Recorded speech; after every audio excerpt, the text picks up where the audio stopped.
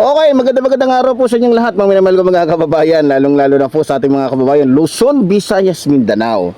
At syempre sa lahat po ng ating mga taga-subaybay na talagang inaabangan po yung ating nilalabas na mga video dito sa ating YouTube channel, na kung saan katangi-tangi po itong ating YouTube channel, na kung saan walang sino man ang pwedeng manakot at walang sino mang pwedeng kumbaga sa ano'y sumira sa ating pinaglalaban, no? So especially doon sa mga ayaw po sa akin ng mga DDS. Alam nyo, dito sa Pilipinas mga DDS lang naman yung ayaw sa akin, pero pagdating sa mga pinklawan, mga dilawan, pati sa mga pulahan, atin po yan. Talagang kakampi po natin yung mga yan. So ngayon, alam nyo naman po, nagba-viral po tayo ngayon dahil sa lahat po ng vlogger at katangi-tanging vlogger sa buong Pilipinas.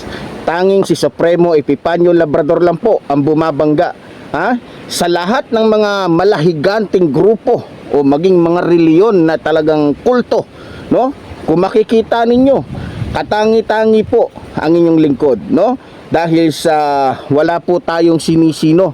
Basta pag nakita nating mali, sabi ko nga, kahit ikaw pa ang pinakahari sa buong mundo, hindi kita katatakutan. At magsasalita ako para sa taong bayan. So maraming salamat at tayo po muli ay nagba-viral. Ako ay natatawa na nga lang, sabi nga po ng iba, gusto lang daw natin magpasikat. Hello, baka nakalimutan mo kapatid, o baka hindi mo lang alam, panahon pa lang ni Arnie Tevez, sikat na po ang inyong lingkod, Epifanio Labrador, no? Dahil ito ang kauna-unahang vlogger na talagang walang takot, na talagang pinagmumura yung mga sinasabi nilang katakot-takot daw di umano ng mga politiko na kaya magpapatay ng ganito, etc. etc. Lokohin nyo lolo nyo, takutin nyo lolo nyo. At doon nga pala, especially doon sa mga nananakot, kung meron taong kumakain araw-araw o tuwing umaga ng mga pananakot, ako po, hindi lamang po 3 times a day na kinakain ko yan. Kahit natutulog ako, sa tuwing lumalabas sa isipan ko yung mga pananakot sa akin, lalong-lalo na ng mga muklong Makaduterte. Uulitin ko mga muklong mga Makaduterte, hindi Makamarcos, ibig sabihin hindi sila kasali. So, kaya yung mga pananakot nyo sa akin, keso ganito, ganyan, keso may patong ka na 50,000, 500,000. Kung gusto nyo gawin yung 500,000, baka sakaling mas madali-dali ang pagpahanap sa akin. Gusto nyo tulungan ko kayo para ituro kung nasaan ako? Pero mahirapan pa rin kayo Kaya lang, pag tinuro ko sa inyo, kailangan nyo pa rin ako bayaran, diba? Yun lang, magtotolonggesan tayo dito. Kung tolongges kayo, mas wais naman ako. Ngayon, tuloy tayo. Sa mga kababayan natin na nakakaunawa, kagabi po, halos alas 2 na yata, na madaling araw tayo nakatulog dahil sa dami po na tumatawag sa akin. Yung iba, sinasagot po natin yung message nila dahil yung kanila namang mga message ay hindi naman pananakot, no? Ang kanila ay ito clarification lang. Kung ano ba ang ibig sabihin ko doon sa sinabi kong mga Muslim, no? Ngayon, dahil nga po sa sinabi nating mga Muslim, sinakyan po yan. Alam niyo kung sinong sumakay? Yung isang kalaban natin na kung saan hindi rin tayo kayang matinag, no? Yung hindi tayo kayang takutin, yung isang sungayang reliyon. Sinakyan nila yan. Sinakyan nila, talagang ginagatungan nila yung mga Muslim na Makaduterte dahil hindi nila tayo kaya Siguro naghahanap nagkakampi, ginatungan ngayon ng reliyong sungayan. Talagang tumutulong sila na siyempre, baka iniisip nila, chance na natin to. Baka sa pamamagitan nito, maging viral lalo itong si Supremo Epifanio Labrador, maano na natin to. Di ba? Eto na ngayon. Mga minamahal ko mga kababayan, ikaklaro ko lang. Kasi may mga DDS, may mga membro ng iglesia ng mga sungayan, ginagawan po ito nila ng issue, no? Keso binastos ko daw yung reliyon ng Islam, ng mga Muslim. Kailan ko binastos ang reliyon ng Muslim? Binastos ko ba yung aral ng Islam? Bakit hindi nyo panoorin ulit yung sinabi ko? Na pagdating sa aral ng Islam, ginagalang ko dahil marami akong nagugustuhan sa aral ng Quran. Ngayon, siyempre hindi nila ipalalabas yan. Ang ipalalabas lang nila, ikakat nila yun eh. Diyan sila magaling, lalong-lalo na yung mga sumasakay sa isyong ito. Lalong-lalo na yung mga sungayan. Nagumagatong ngayon sa mga kapatid nating mga Muslim na hindi napanood yung buong video. Ang akin lang, panoorin nyo yung buong video. At kung sino man yung hinahamon ko sa video yun, hindi po ang buong kalahatan ng Islam o ng Muslim. Ang Muslim ay may iba-ibang may iba-ibang lahi po 'yan. So yun na napag-usapan namin noong nakarang araw pa ng isa din sa mga nag-message sa akin. Yan sa screen natin makikita ninyo. So nakiusap siya na kung pwede iklaro sa mga kapatid nating mga Muslim. So ngayon, gusto ko sabihin sa inyo, ito, totoo to siguro naman, gets nyo na agad pag sinabi ko to. Halimbawa, tausog. Kapag ikaw ay tausog at ikaw ay maka-Duterte, dediretsuhin na kita. Muklo ka. Ngayon, kung ikaw ay tausog na kakampi ng gobyerno, ay ginagalang po kita. Ginagalang kita unang-una sa lahat, pati yung iyong pagiging Muslim dahil nasa tamang landas ka at pinaglalaban mo ang tama. At yung buong respeto ko ay nasa iyo. Maliwanag? Halimbawa, tausog ka, pero maka-Duterte ka, muklo ka. Muklo ka at hindi ako hingi ng sorry sa iyo at wag mo akong tatakutin dahil muklo ka lang. Muklo ka lang. Sabi ko nga ako, anong kaya nyo, mas kaya namin. Pero hindi kita hinahamon dahil sa minamaliit kita. Depende na lang kung pupunta ka sa akin, at ako ay hahamunin mo at makikipaglabang ka sa akin. Tulad nga ng sinabi ko, baka gusto mong mag-aral muna ng pakikipaglaban. Baka nadadala ka lang sa sulsul ng ilang mga muklo dyan. Ngayon, halimbawa, ikaw ay Maguindanao. Tapos ikaw ay Makamarcos, ginagalang po kita. Nirerespeto kita dahil nasa tamang landas ka. So yun, mga minamahal ko mga kababayan, sana naiintindihan ninyo na ang mensahe ko at yung aking paghahamon, hindi po yun sa lahat ng lahi ng Muslim. Dahil alam naman natin na hindi lahat ng tausog ay maka-Duterte. Mayroong panig sa gobyerno. Hindi lahat ng Maranao ay panig sa mga Duterte. Alam natin yan. Kaya kayong mga sumasakay, lalong-lalo ng mga iglesia ng Sungayan, na sumasakay sa isyong ito. Kasi in-scroll ko walang yan, nakita ko. Gumawa sila ng mga bago nilang mga Facebook at nilagyan kunyari ng mga logo ng Muslim, ganito, ganyan. Nung in-stock na namin, natuklasan namin mga bagong gawa at nakita namin na yung ilang mga pangalan doon ay katulad ng pangalan ng mga membro ng Iglesyang Sungayan na yun ang pangalan. Kaya sabi ko ba, sinakyan talaga ng malademonyong kultong Sungayang reliyon itong isyong ito. At hindi lang yon, pati yung mga DDS na supporter ni Sara Duterte, sinakyan din to. Alam nyo kung bakit sila nagkakaganon? Dahil sa lahat ng vlogger, tanging si Epifanio Labrador lang ang hindi kayang takutin ng kahit sino mang mga mayayaman o mabibigat na tao dito sa Pilipinas. At pag nyo ako tatakutin, kayong mga muklo kayo na mga maka-Duterte, baka nakalimutan ninyo na si Epifanio Labrador ay panig sa gobyerno. Kayong mga muklo na pumapanig sa mga Duterte, kayo ang dapat hulihin at kayo ang dapat patungan sa ulo dahil mga bandido kayo. Gets ninyo? Baka nakalimutan ninyo na si Epifanio Labrador, ang kakampi nito ay gobyerno.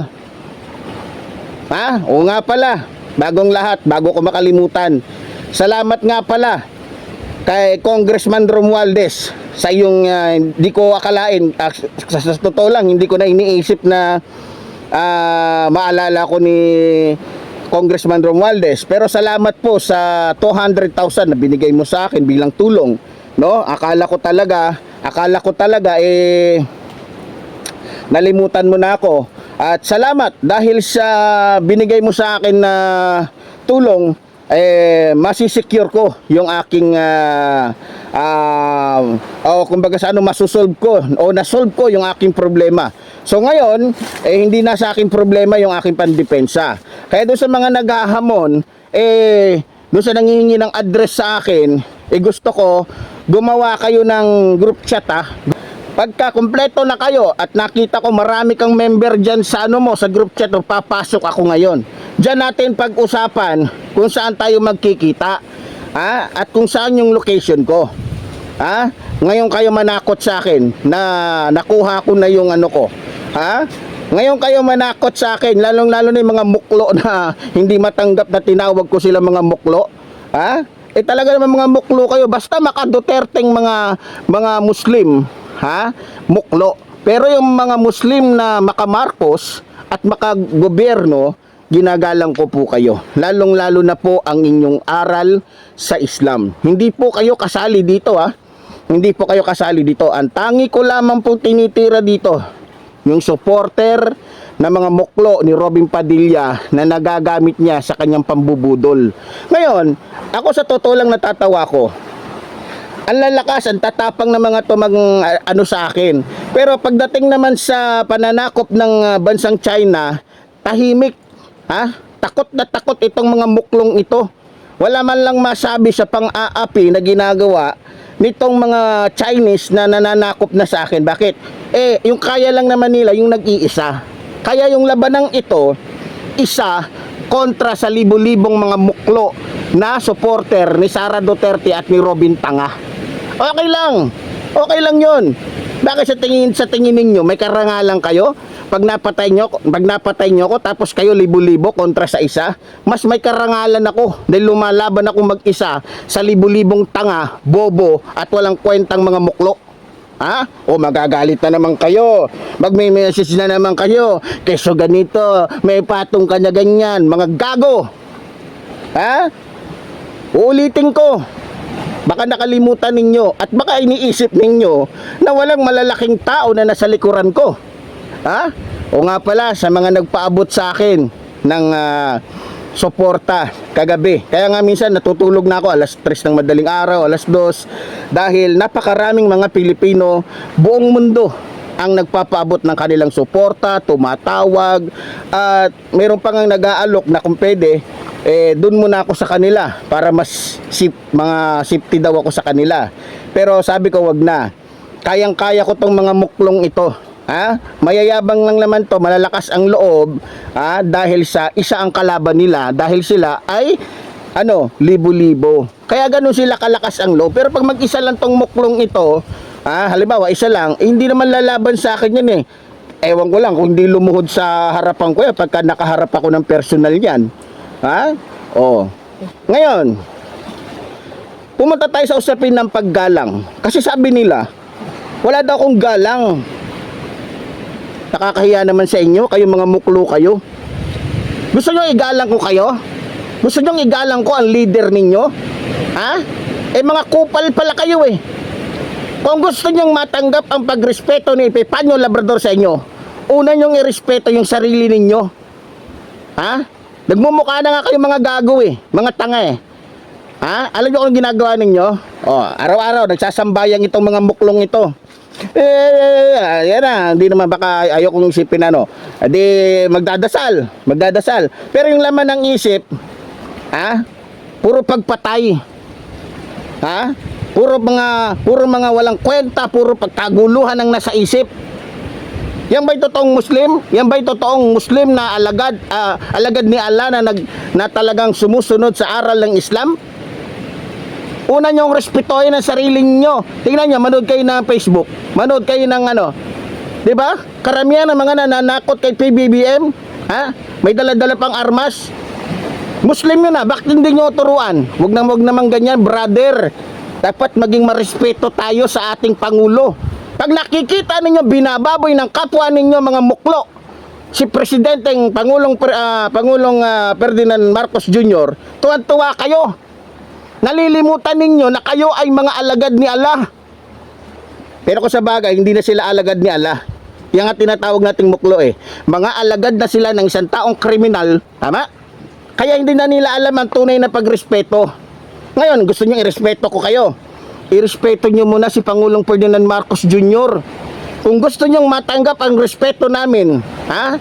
Kayong mga muklo, irespeto nyo yung Pangulo ng Pilipinas.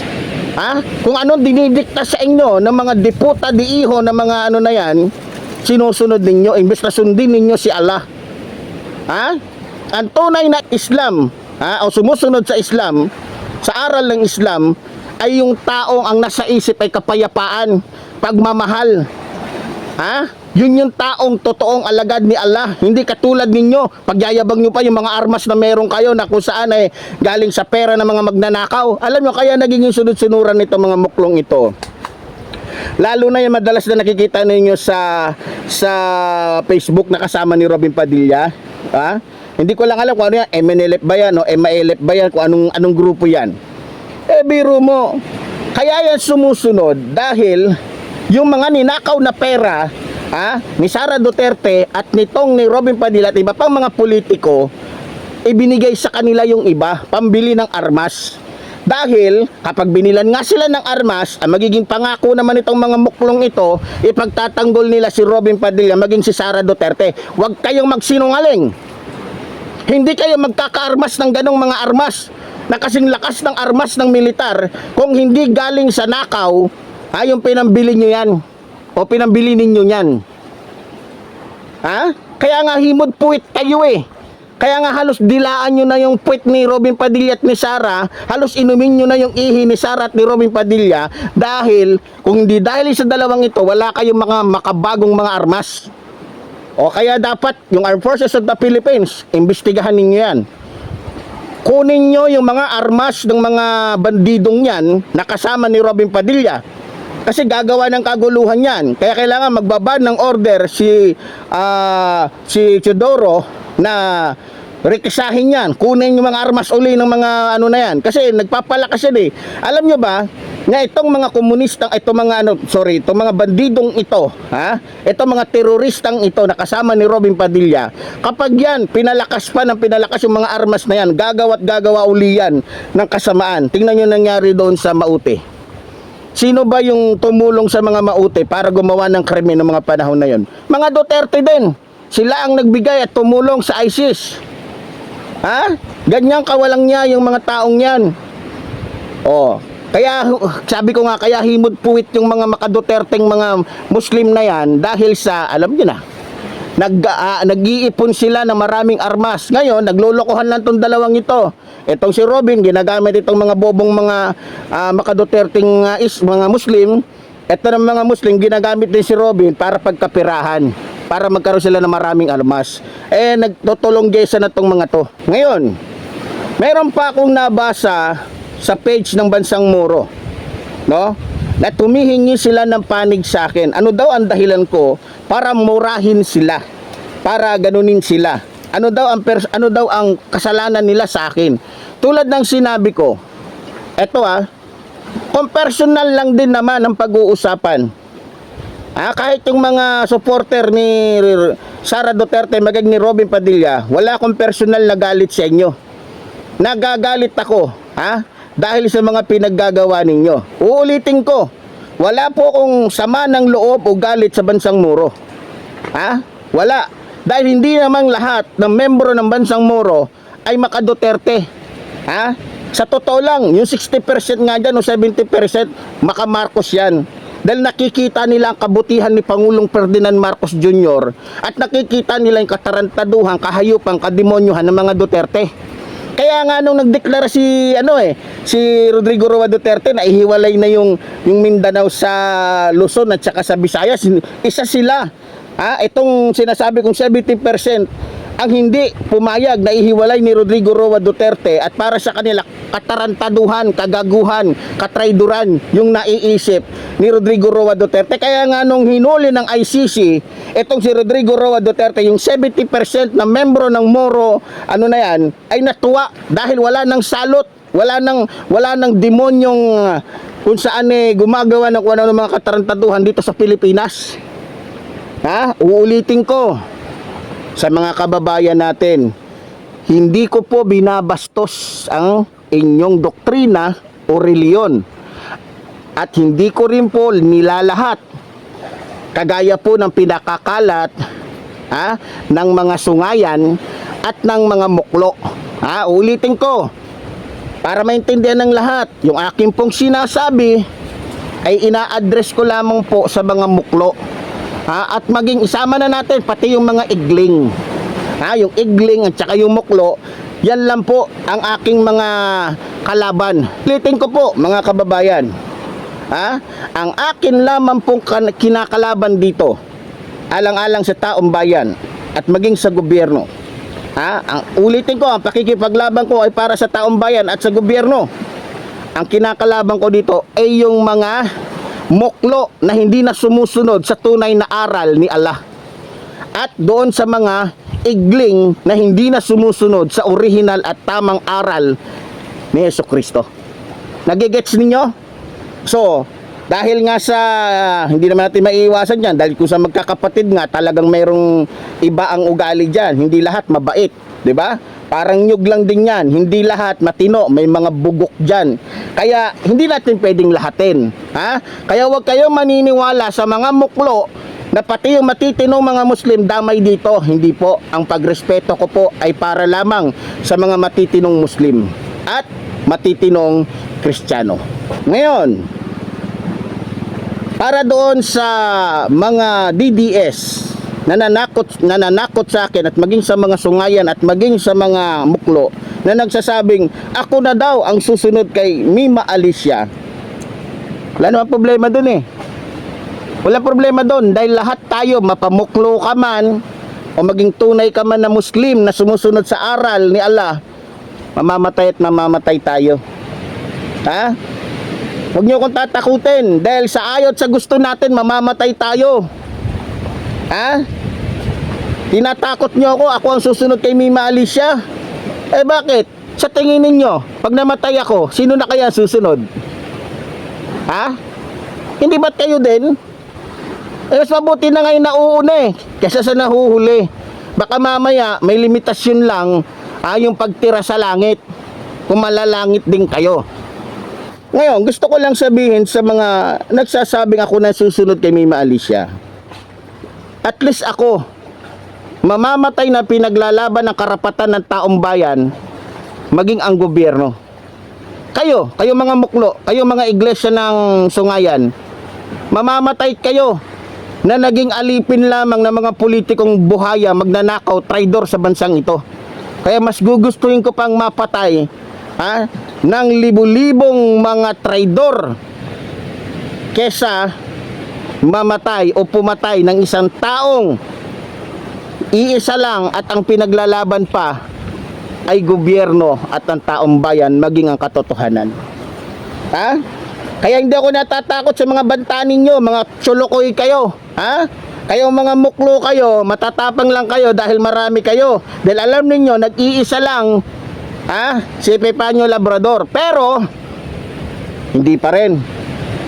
Kasi yes, marami kayong galit sa akin at marami kayong nagbabanta, pero mas maraming humahanga sa akin at nagmamahal.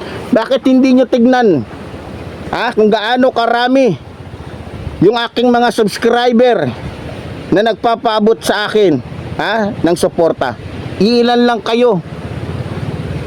So ganun pa man, muli po, tulad po ng sinasabi ng lingkod, mabuhay po ating ng bayan, mabuhay po nagmamahal sa ating ng bayan. Maraming salamat po.